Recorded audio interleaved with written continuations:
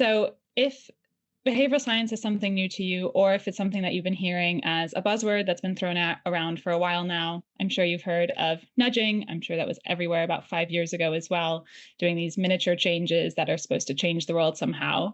But I think the reality of behavioral science is actually on the next slide, and that is that most people, if they don't understand what's happening, uh, they think that people are irrational. So, for example, especially in L&D and things like that, we offer compliance training, we offer e-learning, and we expect people to, once they've done that training, be perfectly compliant or understand what we're trying to teach them.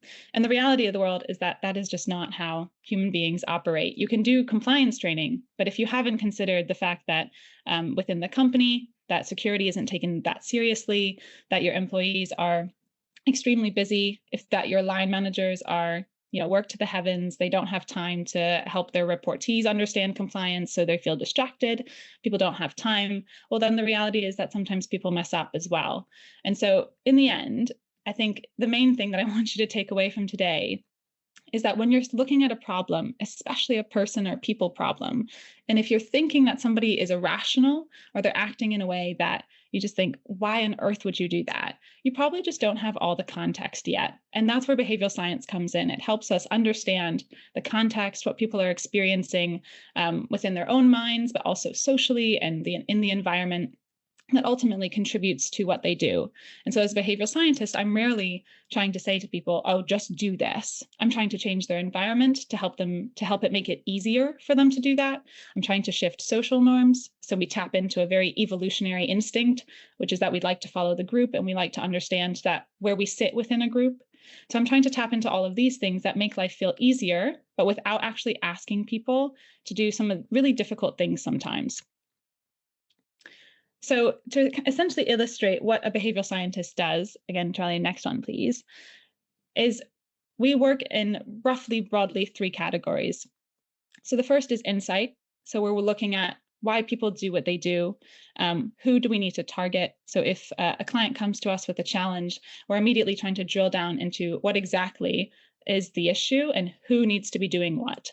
The second thing is around interventions. So that can be designing anything from products like online tools, changing the environment. That can be changing services, like what is offered.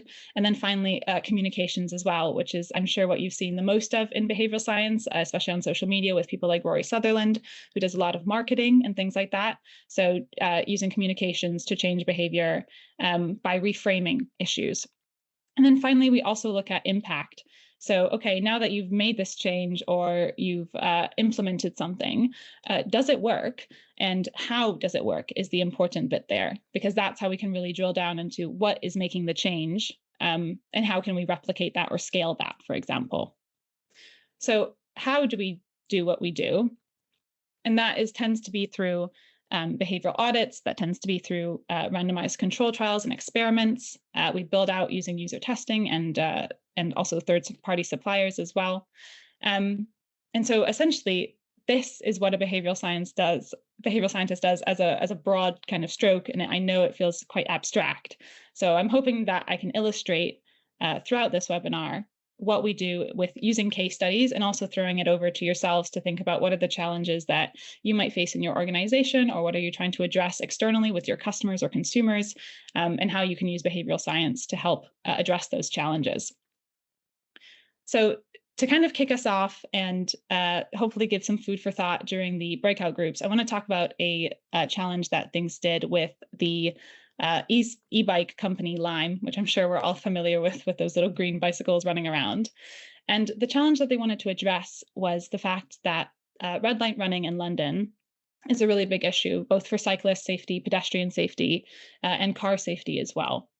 And so we've partnered with Lime to understand why cyclists red light run. And so what we did extensive research with both cyclists themselves. That's in focus groups and surveys. We also did social listening, which is where we look across social media to understand the chatter online, and also using behavioral scientist literature. So in the end, what we found was that 85% of cyclists say that red light running is dangerous. They actually rank it in the top 3 dangerous activities while cycling, including like cycling under the influence and things like that. So top three, 85% of cyclists. However, in surveys, 52% of cyclists admit to red light running, even though they think it's dangerous. And in our focus groups, almost every single person admitted to red light running. So that also shows that it's underreported behavior as well. So my question to you and my challenge as we go into these breakout groups and network and chat is to think about, why is this gap present? Why do 85% of cyclists think that it's dangerous, but over half will admit to doing it in a survey, and 100% will admit to doing it when actually talked to in a focus group? That is my question and my ask to you all as we get into this next breakout group. Essentially, how did we figure out what exactly was causing this intention action gap? Well, we use something called a behavioral framework, which is actually what, Charlie, you're good on the other slide. Yeah. So we use something called a behavioral framework. And what a behavioral framework is, it's a way of thinking about a problem that's supported by the behavioral science literature. And essentially what it does is that it breaks down the reasons for us acting the way we do. And on the left side is around the frameworks we use for what we call diagnosing behavior, so explaining why something is happening. And then on the right side is more frameworks that we use when we're designing interventions. So once we've moved on from understanding the behavior, then how do we move on to changing it? So in this Lime bike example, we actually used a behavioral model called COM-B. You might have heard of it. The UK government is very fond of it as well. I won't go into too much depth here because it is a little bit extensive to explain in 2 minutes. However, essentially what it does is it breaks down behavior into psychological factors, into motivational factors, and then environmental factors around. So what goes on and around the person's context. And essentially what we found with Lime is that there's three main categories of behaviors and influences on those behaviors that came out. One was education. So quite a few of the cyclists did not know that red light running on a bicycle was illegal. And so obviously when you don't know something, you can't then act on it correctly. The other one was around in that opportunity barrier, which is the environment. So a lot of cyclists cited the fact that there are no specific cycle lanes for them when they're on the road.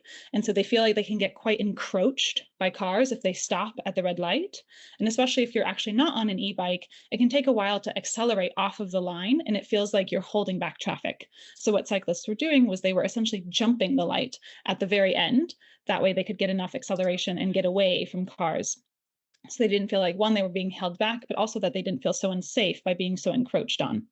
And then finally, around the motivational factors is the fact that there's actually not that much enforcement when it comes to red light running. Very few people are ever fined or given any sort of consequence for red light running. And so in the end, there is no risk to red light running, save for the risk to yourself, of course. So that is essentially what we found. And I just wanted to highlight a conversation we were having in the breakout group, which was really interesting, around the fact that what we found was that more experienced cyclists were actually more likely to red light run. And that is because you have to know the rules to break the rules. So what happens, how this can translate into some other industries, particularly around L&D, is that when you have an issue, a lot of people tend to assume that it is the newer members or the younger members of the team who don't understand the rules or the regulations or what they're doing. But in actuality, it tends to be the people who are more experienced, because they are the ones making the decisions based on their environment and their prior knowledge. So that can be really helpful to understand, where there might sometimes there might be inefficiencies in your workflow, and that's why the more experienced colleagues might be cutting corners. But then other times it can also just be sheer habituation and people taking it upon themselves to make decisions that arguably still need to be compliant with company regulation. So these are the kinds of frameworks that we use. And from what I want you to take away, I guess, as your first takeaway from this workshop or this webinar, is the next slide, Charlie, which is this model called the ISM model. And when you're thinking about problems, when you're thinking about an issue that you're having in your company, I want you to think about ISM, which is essentially individual, social, and material. So at the individual level, what is going on inside the person? What are the values, the attitudes they hold? What are the costs and benefits that they're weighing up? And what are their skills? And this tends to be where learning targets the most. It targets the individual. However, you can see that the circles outside of the individual are much wider, and they actually have a much bigger impact when it comes to intervention design. So social, for example, is around what are the people around you doing? So what are the norms that happen? What are the institutional norms that you've instated in your company? What are your company values? What does the leadership do? That's a major, major factor in what we call the authority bias, which is what are the leaders doing that then trickles down into the individual. And then finally, that last circle, which is where a lot of nudges tend to fall, is the material. So what are the physical spaces around you look like? What are the touch points with, for example, if you're doing compliance training, what are the touch points across the year look like? What does your time look like? Your money? What does the technology you're using look like? So those two circles around it, social and material, have a much, much bigger influence on how we behave than any sort of individual behavior tends to have. So even in the cyclist example, one of them was knowledge, which was, I don't know that red light running is illegal, but that was quite a minority of participants. The major barriers did include the context. So I'd feel like I'm being encroached on by cars. I don't feel like I have the space. When the traffic is light, I feel more safe to red run. And then finally, in terms of material, it's around timing. So if the red lights are super long and it's at nighttime, are you really going to wait the entire time? What are the rules and regulations? There's no enforcement on red light running. So why should I stop? If I know I'm experienced, if I know it's safe and I'm not going to get in trouble for it, why would I? So that's what I want you to take away, is that when you're looking at a problem, I want you to push beyond the individual. So push beyond something like awareness. Awareness is fantastic and it's really important, but it is rarely the silver bullet that people think it will be. Think about what are the social norms around you and what are the material things that can influence this behavior. And that's essentially what I work in. I work in that social and material space. So I'm aware that people are typing in the chat as well. I want to get to questions, but I want to leave you with this final case study, which is around intervention design and some of the cool things that you can do with behavioral science. So this challenge was working with Ofcom, which is one of the communications regulator. And we were looking to tackle romance fraud, specifically online romance fraud. And so how we did it was we designed a online dating app that essentially helped people understand what are the red flags to look out for when it comes to online dating. So we had people go through essentially swiping left or right, whether they would match on a profile. And we had these profiles embody some of the classic red flags that we understood through the literature, as well as interviews that we did as well. So things like love bombing or AI generated profiles and things like that. And we asked people to swipe left or right on these profiles. Would you choose them?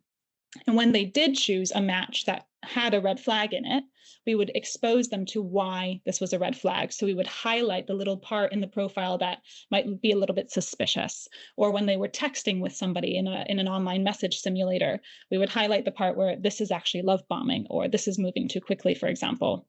And if Charlie goes to the next slide, what we found when we ran a randomized control trial with over 5,000 participants, I'm so sorry, this accessibility was really bad on my part. It showed that playing this serious game, which is what this type of intervention is called, education that is repeated feedback, but also gamified, it increased the odds of people being able to identify romance scam messages by 6 times compared to the control. And I want to highlight as well, it's really important that it also increased the odds by 2 times compared to text-based intervention. So when it comes to things like addressing romance fraud, addressing issues across the board, people tend to fall back on giving people information, just simply emailing them, putting it in a notification, even putting it on a billboard, fine. But this serious game, that repeated feedback of swiping left or right and then getting an answer to their choice, increased their odds of correctly spotting the message by 2 times. And that just shows that repeated feedback is going to be a really great way of helping people learn and helping people embed that, because you know what happened? 4 weeks later, the game is still effective. So we're inoculating people against something. We're essentially doing exactly what vaccines do. We're testing in a controlled environment, like exposing people to what these scams could look like. And then lo and behold, in the real world, that helps them identify those messages that come through. So that's also a really cool, at least in my opinion, moment for behavioral science, which is how we can take something that is very difficult to understand and very complex. Falling for a romance fraud and romance scams is a really difficult, sophisticated behavior. And in the end, what we did was we designed something that was equally sophisticated, but very simple and easy to play. So people understood over time how to identify those messages. So going on from that, so I'm not in control of these slides. I think what I want you to take away is that great interventions are based on great insight. So research is super important, but also understanding what you're researching is equally important, because this graph is a little bit difficult to read. But you can see that essentially, when it comes to interventions that are designed around the individual, so this top left, which says knowledge, general skills, general attitudes, those actually have negligible effects. But if you're looking around things like emotions, behavioral attitudes, or even habits, that has better effects in terms of the intervention success. So even in something like the Ofcom challenge, what we're looking at is a habitual behavior. People are habituated to going online and to swiping back and forth. And what we're helping them do is break some of that habit, which is just, accept, accept, accept, and think about, okay, well, what is in this profile that is giving me a little bit of pause? We're taking that knowledge, yes, but we're putting it into a habitual behavior, which is why it becomes really powerful rather than a simple text-based intervention, for example. And so that's what I want you to keep this in mind, that knowledge interventions are really powerful, but it needs to be timely. It needs to be at the moment that people are going to be using it. And we also need to reduce something called the empathy gap, which is the fact that when we are in a cold state, like calm and rational, that we think we're going to be equally rational when we're angry. And that's just not the case, and that's not true. So even for something like Ofcom, we're helping people see it in the situation that they would encounter in the real world. So by putting the intervention into a dating app format, we're helping people recognize and remember what it would look like when they're actually on a dating app like Tinder or Bumble, for example, rather than something that didn't look anything like a dating app or was just an email. So what you can take away from this one on the next slide, Charlie, is the fact that when we're looking at intervention design, you don't necessarily have to be a behavioral scientist to tap into some really key psychological and behavioral principles of human behavior. These kind of 4 are the easiest ones to implement, and I think they tend to be the most effective when you're looking at quick interventions. So the first one is ease. You will be surprised as to how many people forget that people will do the behavior when it is easy. Pre-populated forms, opt out instead of opt in. These basic formats are really, really helpful in changing behavior. Make it easy for people. The second one is incentives, both intrinsic, so like, does it bring me joy? Does it get me somewhere faster? And also extrinsic, so that could be monetarily or even other community benefits, like a community park, for example, could be an extrinsic incentive. So why on earth would somebody do this behavior if it doesn't reward them in some way? That's what you need to tap into. The third one is social norms. How we behave is strongly influenced by other people. There is a wealth of literature showing that we are more likely to believe something the minute that 9 out of 10 people agree with it. And that normal, that like 9 out of 10, actually goes all the way down until 50. So the minute 50% of people believe something, we are more likely to believe it, just by human psychology, by the fact that we would like to be a part of the group. And even when it's 50-50, that exact, like either way, it's really easy to tip us over into one or the other. And then finally, it's foot in the door. This is quite a common sales tactic, which is the fact that to build commitment with somebody, you need to do small actions. The other option, ironically, is called door in the face, which is that you can actually start with a really big ask and then go down to a small ask. And then people are more likely to do that. And what you've done is essentially you've anchored somebody. And anchoring is when you've pulled somebody all the way up to an extreme. And so they're more likely to accept something that's just even a little bit below that extreme because it feels less intense than all the way up there. So especially for things like foot in the door, when you're looking at things like training or compliance, or even transformation and change, commitment does not come from huge actions. That is when you tend to lose people, you fatigue people, it doesn't feel applicable to them, it doesn't feel concrete. But small actions over time build confidence, and it builds a sense of ownership in somebody. And ownership is one of the strongest indicators that someone will continue to do an action because they believe it is central to themselves and their own beliefs. So I hope that I've given you a bit of a whistle-stop tour on behavioral science. Charlie, I'm happy to take questions starting now. But also, I believe some of the slides are shared around as well. So please feel free to just kind of keep these in mind when you're doing your next challenge.